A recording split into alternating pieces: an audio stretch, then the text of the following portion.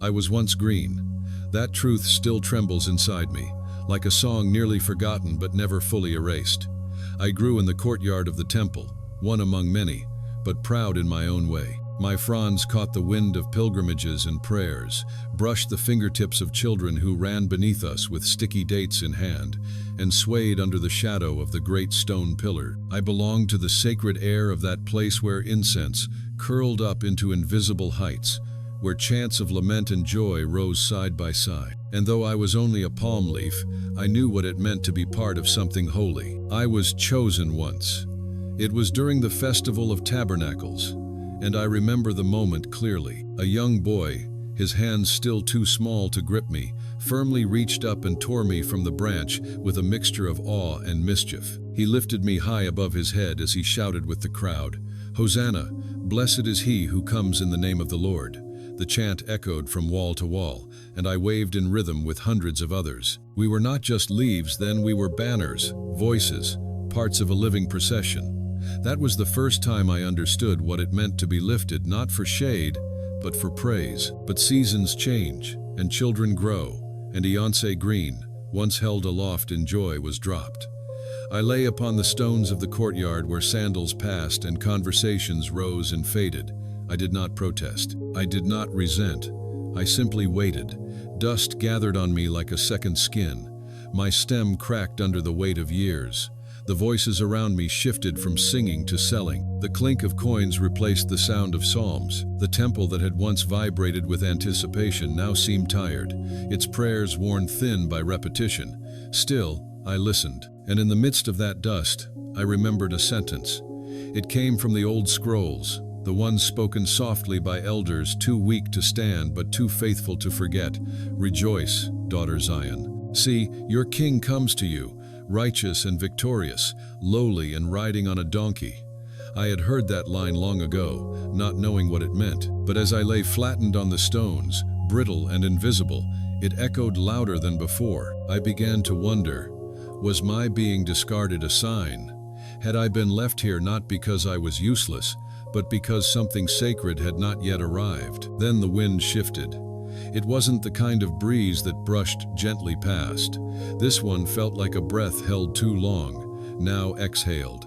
The air grew thick with something unspoken. The crowd moved not chaotically, but with a certain magnetism, drawn towards something or someone just beyond my reach. The dust swirled in patterns I hadn't seen in years, not since the last time a prophet's voice had cracked the silence of the temple court. But this time, no one was shouting. They were whispering one name. I could not see him. I had no eyes.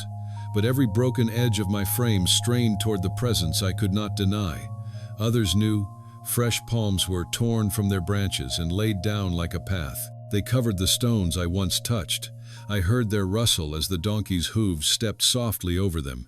No chariot, no trumpet, just the weight of peace walking steadily toward the altar. And somewhere, among the crowd, someone cried again, "Hosanna." But this time it was not a child. It was a grown man, and his voice broke as he said it, as if he had waited his whole life to believe again. And then it happened. His shadow passed over me. I felt it, not the coldness of being eclipsed, but the warmth of recognition. I had no face, no hands, no breath, but I knew he saw me, not as something used up, not as waste beneath the feet of pilgrims, but as something faithful, something that had waited, something that still remembered. In that moment, I was no longer just a dry leaf in the dust. I was part of prophecy fulfilled. I was a fragment of worship. I was witness. I did not move. I could not follow. But my solis, even a leaf, can have a soul when touched by holiness, was lifted. I remembered what it was to be green, not in color, but in purpose. I had not been forgotten.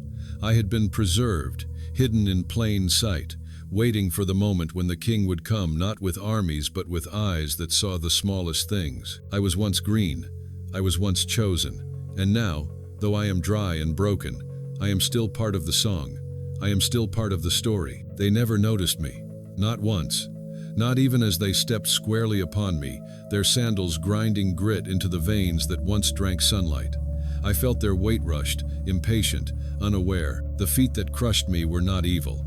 They were ordinary.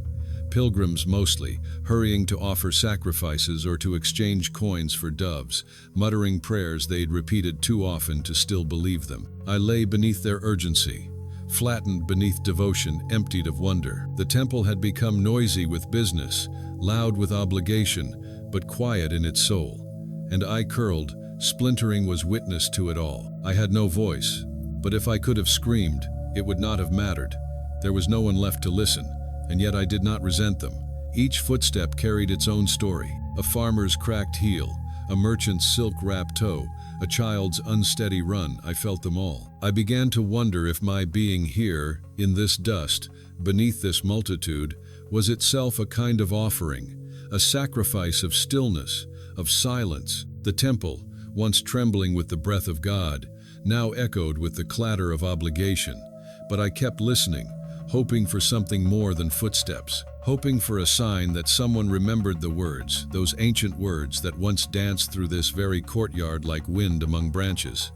Behold, your king comes to you. But no one said them anymore. The prophets were long dead. The scrolls still existed, but mostly as decoration, as tradition carried by lips, not hearts. I began to believe I had outlived my purpose, that the boy who once waved me in celebration had grown into one of these distracted men, that even the voices of children had learned to mimic the weariness of the grown. Yet I held on, not in strength, but in memory, because memory is a kind of root. Even when cut, it clings. One day, a different foot touched me. It did not slam or stomp. It paused. It shifted its weight gently, as if acknowledging the texture beneath. It was not heavy with power, nor urgent with agenda. It simply stepped with presence. I felt the difference immediately, and then came more other steps, still human, but surrounding, reverent. I could not see, but I knew. The crowd had changed. Something or someone had arrived. The temple, so long deaf to mystery, now held its breath. The sellers stopped shouting.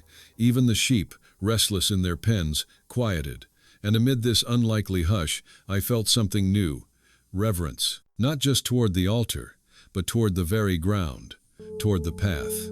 And I, a discarded leaf beneath feet, became sacred by proximity, not because anyone raised me, or praised me, or even noticed me, but because the one they came for was near. Still, I bore the pressure of sandals and calloused heels, but each step felt less like harm and more like recognition, as if even crushed things could belong. He passed near. I did not see him, but the air carried his nearness like oil seeping into cloth. There was a weight to his silence, not oppressive, but full, so full that the very stones beneath me seemed to hum. The people whispered his name, not with certainty, but with the trembling wonder of those who suspect they're standing at the edge of something eternal. Some cried, some sang, some simply stared. And me, I listened with every fiber I had left. I could not speak, but I could receive. I received his presence like soil receives rain after drought. I absorbed it not through roots or veins, but through memory. Because I remembered the words. I remembered the hope. I remembered the king who would come not with armies, but with gentleness, not with horses, but on a donkey. The feet that crushed me taught me something, that holiness is not always wrapped in light. Sometimes it comes through pressure, through being stepped on, through being ignored, yet still present. I learned that to be trampled does not mean to be forgotten. I learned that the ground beneath sacred footsteps is itself transformed, that even in being broken, I was becoming part of something whole, part of a procession that was more than parade, was prophecy made flesh. And when the voices rose again, this time louder, this time less rehearsed, they cried out the old words with new hearts. Hosanna to the Son of David. And I, crushed but listening, wept inside. Because even a dry, forgotten leaf can recognize the sound of truth. I was once lifted by a boy's hands. I was once waved in celebration. And now, I am crushed by countless feet. But today, under the weight of this crowd, I found what I had always longed for, not attention, but meaning. I was not green, nor strong, nor beautiful, but I was still part of the path. I was still in position, and that, I now believe, was not a mistake. The feet that crushed me did not destroy me. They revealed me, and in their passing, they turned my pain into a prayer not shouted, not sung, but whispered into dust. And the one who passed by, he heard it. I had heard them before. The scrolls, the words, the breath of the prophets read aloud, half chanted, half whispered, as if the syllables themselves were sacred, and the air inside the temple too fragile to bear their weight. I remember the old men who used to sit near the pillars, their backs hunched not only by age, but by reverence. They didn't speak like the others. Their voices were soft, but steady like water from a deep well. One of them came often in the early mornings, before the coins began to clatter and the animals bleated. He would unroll the sacred scroll slowly, as if touching fire, and he'd begin to read, not for the crowd, not even for himself, but as if he were awakening something ancient just beneath the stones. I remember his voice trembling slightly when he came to the lines from Zechariah. "Rejoice greatly, daughter Zion. Shout, daughter Jerusalem. See, your king comes to you, righteous and victorious, lowly and riding on a donkey." Every time he read it, I felt something shift, not in the air but in the waiting. That verse lingered longer than the others, as if even the parchment knew its weight. The man would close his eyes after reading it, as though the image of that humble king on a donkey had passed before him. He would sit silently, not moving, the scroll still open on his knees, his fingers gently resting on the ancient letters as if afraid they might vanish. Sometimes I wanted to reach out and tell him I remembered too, that even a leaf pressed into dust could hear a promise and hold it. But he stopped coming, like many others. The courtyard grew louder, less sacred. The scrolls were still read, but more often now they were recited from memory in hurried phrases between business deals. The words that once carried weight became background noise, like the wings of pigeons flapping above or the squeak of overloaded carts. And yet, I remembered. I had no mind, no mouth, no eyes, yet I remembered. Because some words do not require understanding to be known. They press themselves into the fibers of things, into the stone, into the air, into me. Even when I had been discardedry, crumbling beneath the sandals of the hurried, I held on to that verse. At first, because it had once made me feel alive. Later, because it was all I had left. And in the long days of silence and shadows, I would repeat it inwardly, not with voice, but with hope. "See, your king comes to you," over and over, like a heartbeat, even when I believed he might never come. Even when I thought I had misheard the sacred rhythm of history. I clung to the verse because something in me knew it had not been written in vain. It waited, just like I did. So when the crowd began to stir that day, I listened differently, not with curiosity, but with recognition. The murmurs rising through the courtyard didn't sound like market noise. There was an awe in them, a wonder, a trembling. And when I heard someone say, "He is coming on a donkey," I felt the words burst inside me like the memory of sunlight. It was as if the scrolls had come alive, as if what had once only been read now walked among us in flesh and dust. More voices joined, uncertain but hungry. "It's him." Could it be? The prophet from Nazareth. They say he heals with just a word. Some say he's the son of David. I didn't care what they called him. I only knew the scroll had spoken, and now the earth was answering. The path was forming, not paved with stone, but with people broken, weary, expectant, stretching out cloaks, branches, even tears. And I, old and dry, was there to hear it, to feel it, to remember that this moment had once been a line in ink, but now it was a pulse in the dirt, a step, a shadow, a silence more eloquent than any sermon. And as he drew near, I wondered, had he read the scroll too? Had he sat beneath a fig tree somewhere, tracing the words with a fingertip still calloused from carpentry? Had he whispered the prophecy to himself as he walked dusty roads alone? Had he wept when he reached the part about the donkey, not because of the animal, but because he knew that the world would expect a throne and see only a saddle? I don't know, but I believe he carried the words not in his mind, but in his being. He was the fulfillment. He was the echo made flesh. And when he stepped into that courtyard, every dry crack in me hummed with recognition. He passed, and for the briefest moment, time slowed. It was as though all the days since the scrolls were first inked had folded into this one. The whisper of the prophets, the tremble in the scribes' hands, the sighs of those who had waited in silence, they all rose together and found their answer in him, not in glory, but in gentleness, not with sword, but with presence. Not as king the world expected, but as king the heart could finally recognize. The scrolls had not lied. They had not exaggerated. If anything, they had spoken too softly, because no words, not even those written by prophets, could fully contain the quiet majesty of what I felt pass over me that day. And though I remained pressed into the stones, unnoticed and unmoved, I was not the same. I had seen the word become flesh not with eyes, but with memory. I had heard the echo turn into a voice, and in that voice I heard everything: the cry of Israel, the longing of every broken soul, the promise kept. The wind was always older than us, older than the stones that held the temple walls, older than the palms that shaded the outer courts, older than the whispers of prophets and the shouts of kings. It did not belong to any tribe or season. It came when it wished, left without warning, and carried stories that none of us could hold but all of us could feel. Even Idri and pinned beneath the dust could feel the way the wind curled through silence like a hand brushing a child's hair. That day, it came differently. Not as a breeze to stir curtains or a gust to lift the ashes, but as memory. It came with knowledge, with sorrow, with hope, and it spoke to me. Not in words, because it had none, but in presence. The wind had seen things I had only heard about through the mouths of old men or the trembling of liturgies spoken over animal blood. It told me of Nazareth, a quiet town, barely more than a cluster of homes built into the hillside, its paths beaten hard by the sandals of laborers. The wind remembered a young girl there. Her name it did not say, but I knew: Maria. The wind had touched her cheeks as she stood alone in her room. It had stirred the curtains the moment the angel appeared. It had lifted her hair the moment she said yes.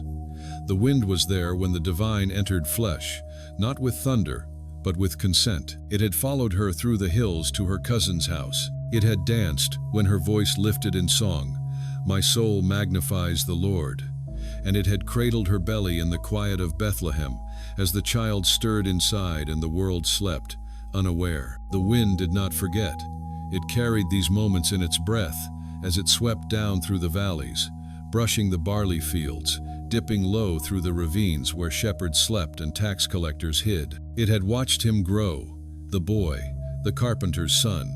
It had cooled his skin after long days of helping Joseph carve beams and smooth splinters. It had lifted the scent of sawdust and bread, and once, the wind said, it had heard him laugh, a real, human laugh, the kind that surprises even the one who gives it, the kind that echoes longer than sorrow, the kind that makes angels lean closer. And as the boy became a man, the wind stayed near.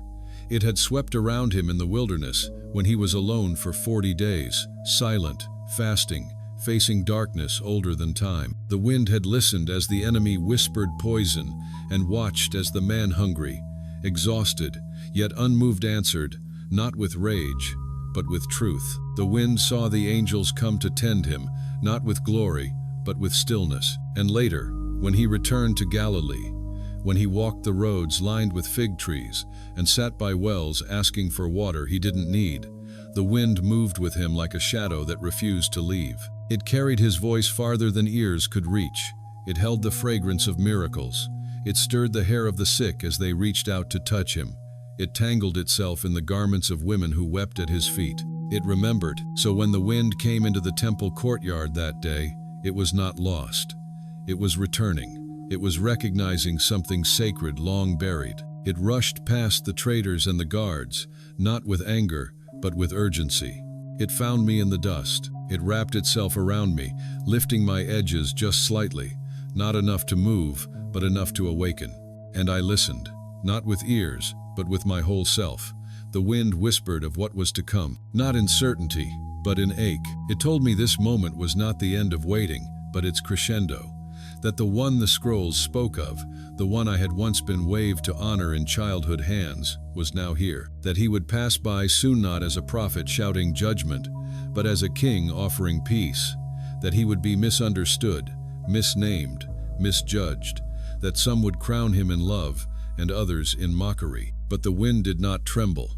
It had seen too much to be afraid. I asked the wind, though I had no voice, if I would be part of it, if I, broken and ground into the earth, could still belong. It answered with silence, not absence, but full silence, the kind that wraps around you like a mantle and stays. I understood then that presence was enough, that memory itself was holy, that being here, under the coming steps, was not exilite was calling. The wind moved on. It rushed ahead. It found the donkey, humble and soft-eyed. It curled around the man upon it, and then, as if released, it burst through the temple, stirring every palm, every robe, every silent prayer. When he entered, the wind did not speak. It bowed. It let the stillness be louder than its own voice.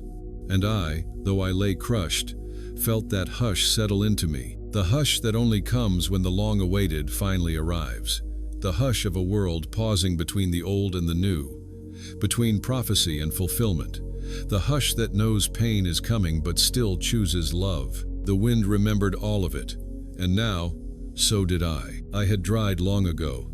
My once vibrant green had faded through seasons of sun and trampling. The edges of me curled inward like fingers withdrawing from touch. My center stiffened into a brittle memory of what I once was. I no longer rustled in the wind. I no longer reached for light. I simply lay there, a remnant, pressed between the sacred stones of the temple courtyard and the souls of those who no longer noticed. Some might have called me dead, forgotten, useless. I would have agreed. For a long time, I believed my purpose had passed, that I had been plucked for a moment of celebration and then discarded without regret, like so many things in this world that shine for an instant and then are stepped over. But then something changed. It wasn't the air, though. It carried a weight I hadn't felt in years. It wasn't the people, though. Their steps slowed, their voices softened, their gazes turned inward. It was me, or rather, something within me that began to stir. Not physically, I was still dry, still broken, but spiritually, if such a word can apply to a leaf. Perhaps it was the memory of the child who had once held me, of the prayer that had once been shouted with joy, of the prophecy that had once been whispered into the stillness of dawn. Perhaps it was the wind's return, carrying with it fragments of ancient presence, reminding me that I was never alone. Or perhaps, and most simply, it was him. He had not touched me, had not looked at me, had not even stepped directly upon me, but his nearness was enough.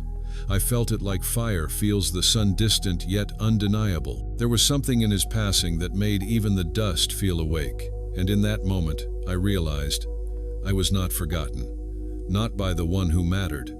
The world had moved on. The children who once sang Hosanna now bargained for livestock and spices. The priests who once read the scrolls now negotiated purity with coins. But this man riding a donkey, surrounded by confused cheers and tearful eyes, he saw the unseen, loved the forgotten, carried the weight of silence. I had thought usefulness was what gave me value, that to be waved, or seen, or sung over, was the height of my purpose. But here, unmoved, invisible, I found a deeper truth. Presence is purpose. I had remained. I had waited. I had kept memory alive. And now I was here, exactly where I needed to be, when the promise walked by, not as a fanfare, but as fulfillment, not as spectacle, but as mystery. No one lifted me that day. No one cleaned the dust from my surface. No one sang over me. But I was not less for it, because I was part of the path, and that was enough. As I lay there, I began to feel that even dryness was holy, that even the absence of greenness did not mean absence of grace, that brokenness did not disqualify me from belonging. I remembered a line I had once heard recited in the early mornings of temple prayer: "A bruised reed he will not break, and a smoldering wick he will not snuff out." If he would not discard a bruised reed, would he not also remember a trampled leaf? The answer came not in words, but in his shadow. When it passed over me, I felt seen, and though I had no voice to cry out, my silence became its own kind of hymn. I offered it up not as a demand, but as a gift of stillness, of remaining, of witnessing. and I sensed, deep within what little remained of my fibers, that he accepted it. Not because it was grand or beautiful or whole, but because it was honest, because it was here, because I was. All around me, people shouted and cried and waved palms freshly torn from branches still dripping with life. I watched them with a kind of gentle envy, not bitter, but wistful. They were vibrant, celebrated, touched, but they had not waited. They had not seen the old men with the scrolls, or the boy who first waved me with trembling joy. They had not endured the long years of silence. I had. And in that, I carried something they could not. A memory deeper than triumph, a trust stronger than sight. He did not stop, did not speak, did not pick me up, and yet I felt elevated. I had thought being lifted by a child was the highest moment of my life. Now, being near him unnoticed but present was holier still. I understood that some things are not meant to shine. They are meant to hold, to carry, to wait. And when the time comes, their quiet faithfulness becomes the most radiant offering of all. So I did not resent the new palms. I did not curse the crowds. I did not cry for what I used to be. I simply remained, dry, yes, but not forgotten, broken, but still sacred. And in that stillness, I gave thanks. For the son I once knew. For the boy who once chose me. For the scrolls that once sang the promise. And for the king who now fulfilled it. I heard the donkey before I saw him. His steps were slow, unsure, like he wasn't accustomed to crowds, as though the sound of so many voices rising together made him hesitate. Each hoof landed gently, as if he feared the stones would bruise. But there was strength in his rhythm, a quiet resolve that kept him moving forward, even when the world around him swelled with noise and confusion. I felt his presence through the ground first, a soft, deliberate pulse that moved through the stones and into the dust where I lay. It wasn't heavy, it wasn't hurried, it was aware. Aware in a way few humans are, as if even the donkey knew this journey was not ordinary, that his steps were part of something holy, and on his back sat a man. The man, I couldn't see him not clearly. My view was blocked by newer palms, by sandals and robes, by the sheer bustle of bodies pressing toward the path. But I didn't need to see. I felt him, the way water feels the moon even when it cannot look up. The crowd shouted as he passed, "Hosanna to the Son of David! Blessed is he who comes in the name of the Lord." Their voices rose like smoke, filling the temple air, echoing off the pillars and walls. Some laid down cloaks, others tore fresh branches from trees, still fragrant with life, and placed them before the donkey. I watched those leaves with something like tenderness. They were bright, new, unaware of what was coming. They didn't yet know the cost of praise. But Idri, crushed, forgotten, had waited for this. And though no one placed me in his path, I was already there.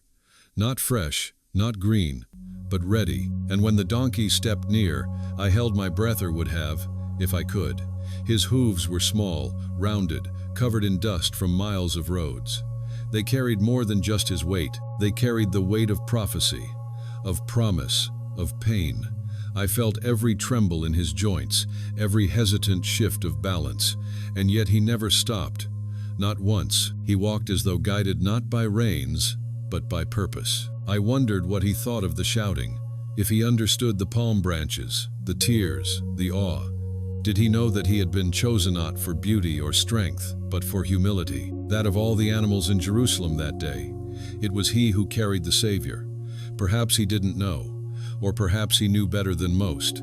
There was no pride in his steps, no pomp, just the steady rhythm of obedience, a beat that echoed down the stones and into me. As he passed, the crowd surged, faces lit with hope, hands stretched out. Children waved and laughed, and through it all, he kept walking, carrying not just the man, but the world's ache. Because the one he carried was no ordinary teacher, no simple prophet. He was the one, the word, the fulfillment, and the donkey, lowly, unadorned, was part of that revelation. His steps spoke without words.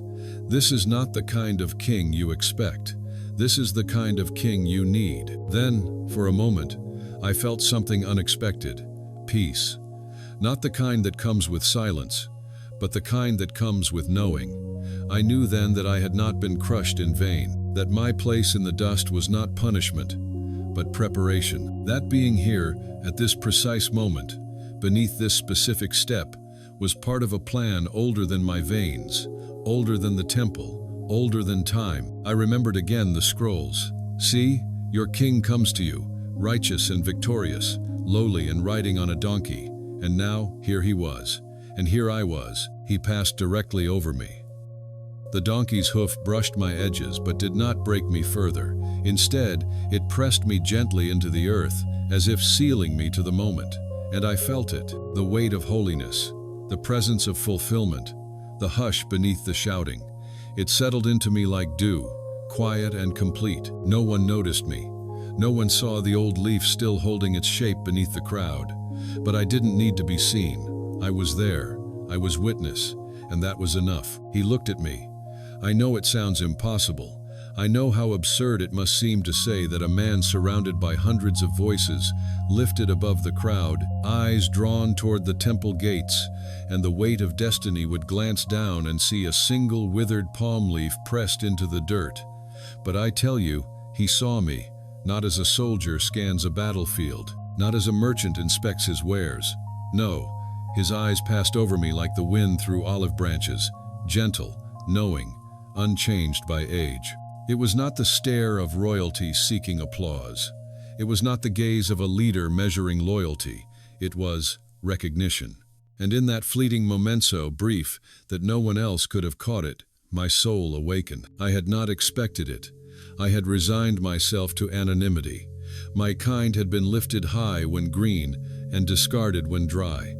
That was our way, and I had accepted it. I had thought holiness came only to those placed at the center of celebration. But in his eyes, yes, even in that glance, I saw something different. He saw what others passed over, the crushed, the forgotten, the small, and he did not look away. Around him, the crowd swelled louder. They cried out with voices so raw that some bled with belief, others with desperation. Hosanna, save us! Blessed is he who comes in the name of the Lord. I had heard such cries before, but never like this. There was something torn in them, as if hope and fear were woven together in every breath. Some faces shone with faith, others with doubt, wrapped in longing. But he, the man on the donkey, rode through it all with a stillness that unnerved even the wind. He did not wave, he did not command, he simply was, fully, entirely. And in that completeness, he carried more than the crowd could comprehend. He was not overwhelmed. He was not surprised. He was not flattered by their sudden devotion. His eyes, calm and clear, saw past their cheers into their heart sand still. He loved them. He loved them in their confusion, in their broken hallelujahs, in their shallow hosannas that would, all too soon, turn to silence or betrayal. And somehow, impossibly, that love included me. I think that's why he looked. Because he knew I had waited. I had listened when the temple was empty. I had believed when the scrolls gathered dust. I had held on to the words when no one else remembered. And now, in the moment of his revealing, I was there, not waving, not green, but present, still, and he saw me, not as decoration, not as background, but as part of the story. His eyes did not linger. They did not need to. The truth was passed in an instant too short for the world, too full for time. And as he turned his gaze ahead, toward the gate, toward the cross, waiting far beyond the city, I remained there, changed. I was not healed, not lifted, not renewed in flesh, but in spirit, I was restored. That look did not erase my brokenness. It named it, honored it, made space for it within the sacred. I realized then that being seen by him was different from being noticed. The world notices for gain. It sees for use. But he sees to love, to invite, to gather in what others would leave behind. I understood that he did not need crowds to prove his kingship. He did not need trumpets to declare his arrival. His kingdom came in glances like that, in moments so quiet the world misses them, but heaven bends low to bless them. And so, even as the donkey carried him forward and the voices rose louder, I remained in that silence, in that one holy look. I have no words to describe it fully, no phrase to capture what it gave me. but I carry it still, not as memory alone, but as identity. I am the one he saw, not because I was worthy, not because I was whole, but because I was his. They kept coming, foot after foot, pressing, passing, forgetting. Their weight did not grow lighter. The stones beneath me did not soften, but something had changed, not in them, but in me. I was still being crushed, yes, still buried beneath sandals and dust, still unheard in the swelling roar of hosannas and alleluias. But the pain of being trampled was no longer the pain of abandonment. It had become the pain of offering. I was no longer discarded, I was given to the path, to the crowd, to the King himself.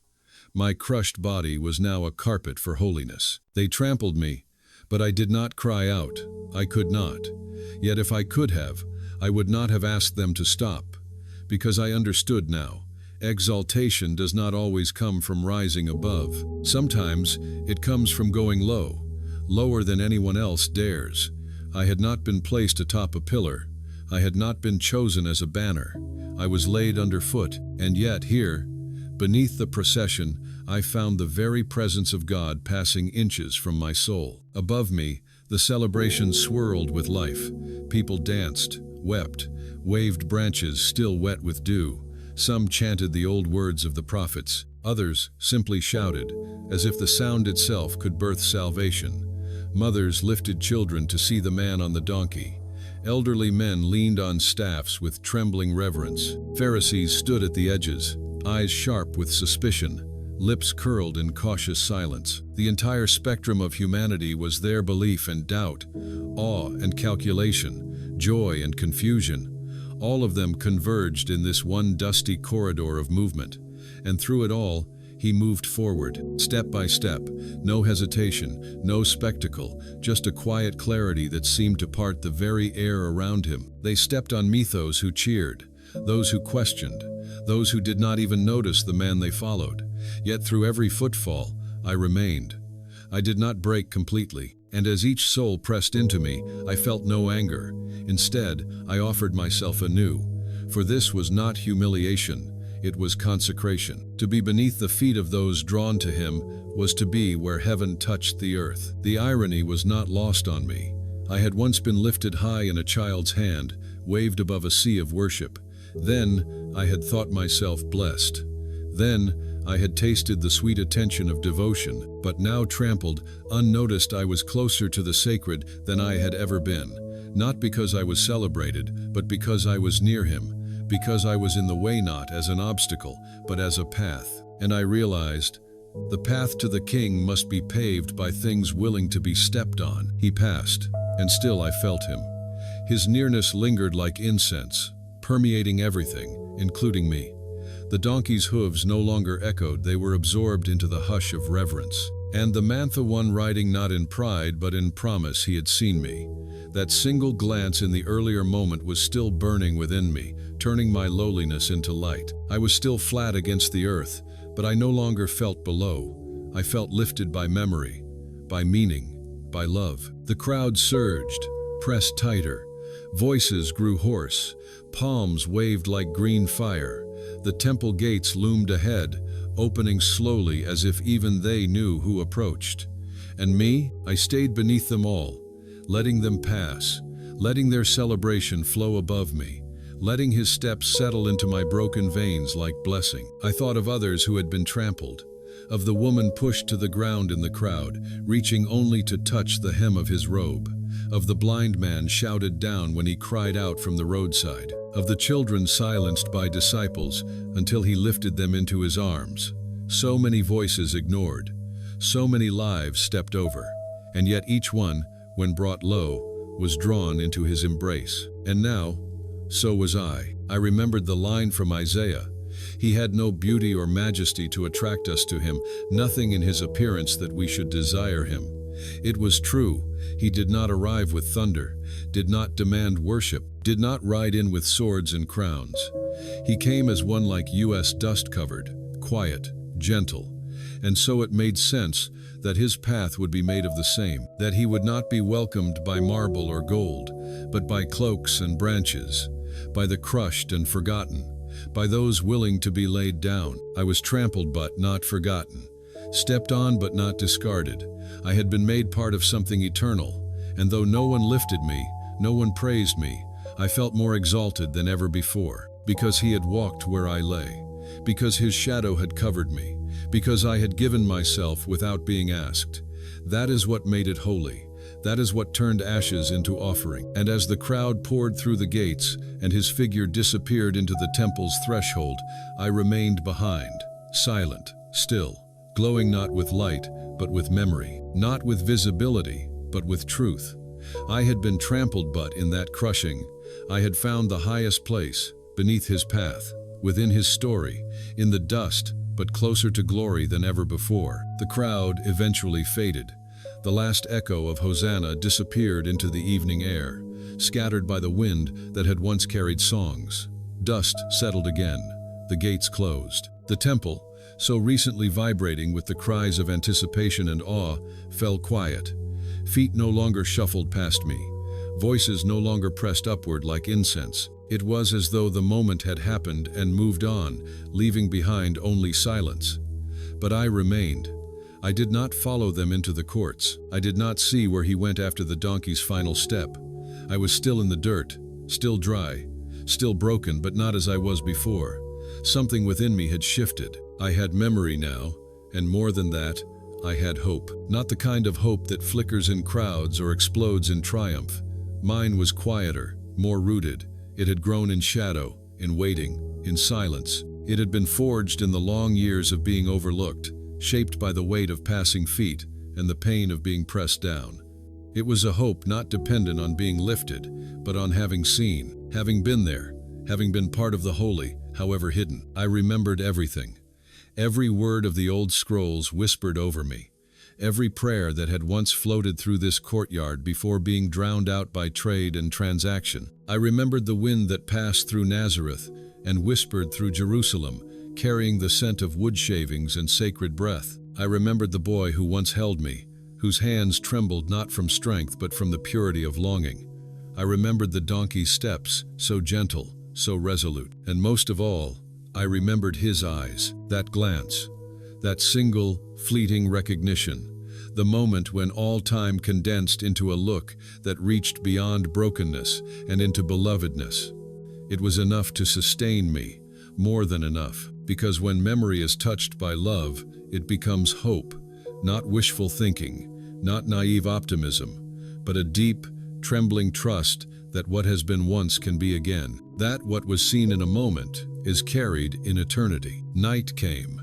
Stars emerged one by one like silent watchmen. The wind returned, gentler now, as if afraid to disturb the sacred hush left behind. It touched my edges softly, not to move me, but to remember me, and I whispered back not with voice, but with presence.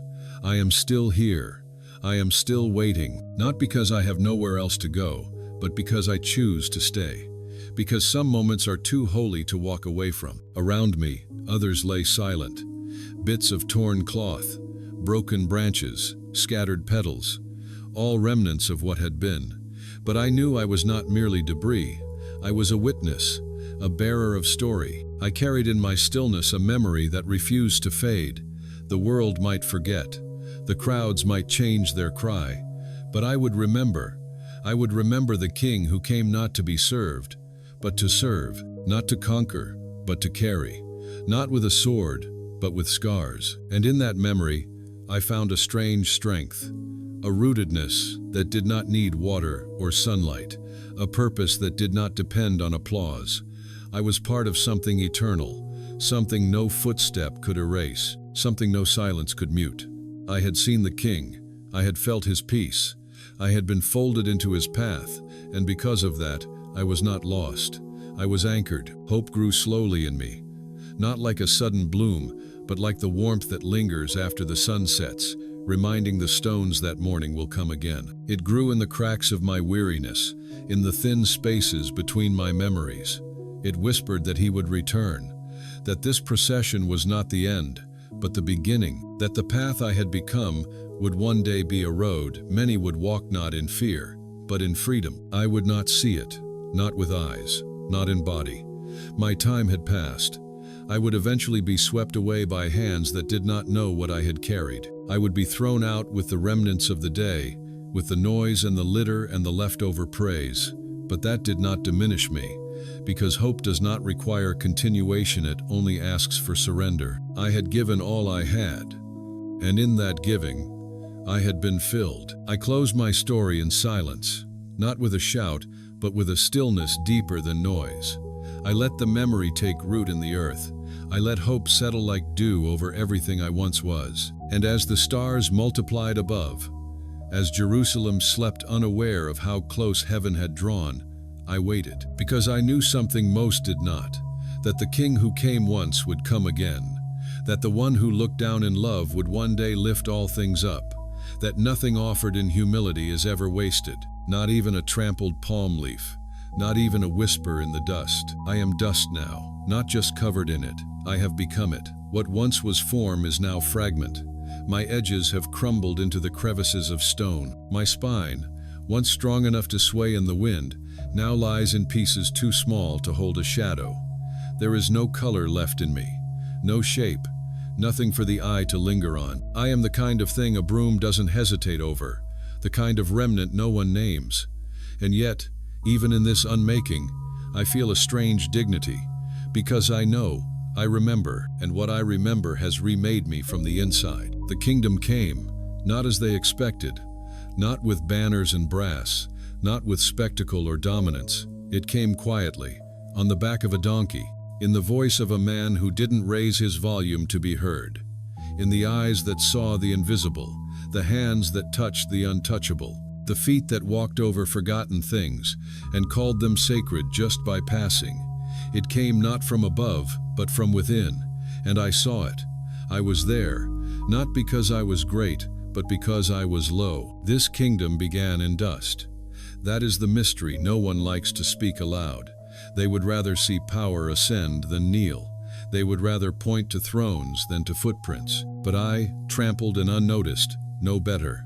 I know that the King of all things came down, not to rise above us, but to dwell with us, to become like us, to enter into the very places we're ashamed of, the cracks, the corners, the dry places, and declare them holy, not because they are impressive, but because they are real. The dust I am now is not loss, it is return, to the beginning, to the breath of creation that once stirred the soil and made life. I feel it, even now, in my scattering.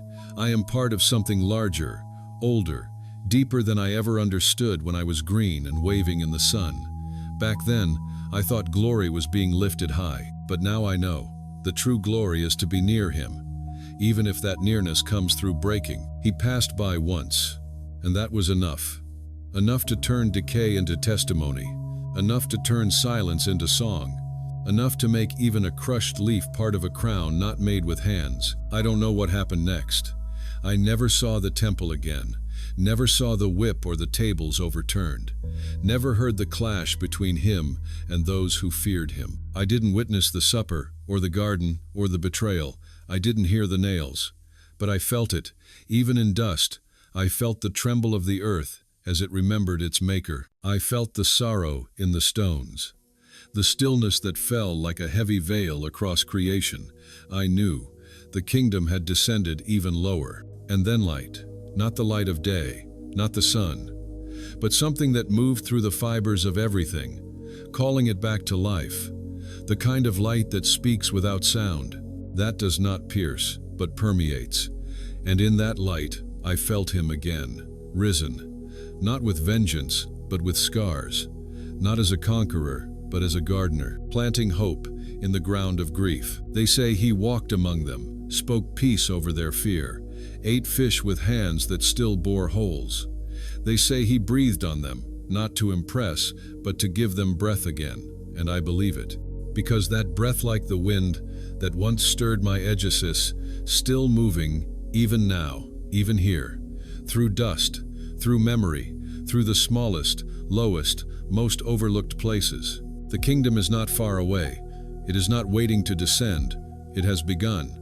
It began with a yes in a girl's womb, with a cry in a manger, with a whisper in the wilderness. with footsteps on a road paved by palms, and it continues wherever hearts break open, wherever silence listens, wherever the trampled still hope. It grows in places no one sees beneath the feet of crowds, in the waiting of the forgotten, in the dust that dares to believe it is loved. I am not a relic.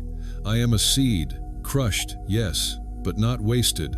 I carry him, not in memory alone, but in identity, because I was there, because he was here, because dust is where he began, and where he still chooses to come. So now I rest, not in bitterness, not in regret, but in awe, that I, a single leaf, dried and discarded, was part of his story, that my being laid down became the path for a kingdom that has no end, that from my breaking, beauty emerged, and from my silence, the King passed by. Let them forget me, let the wind take what's left.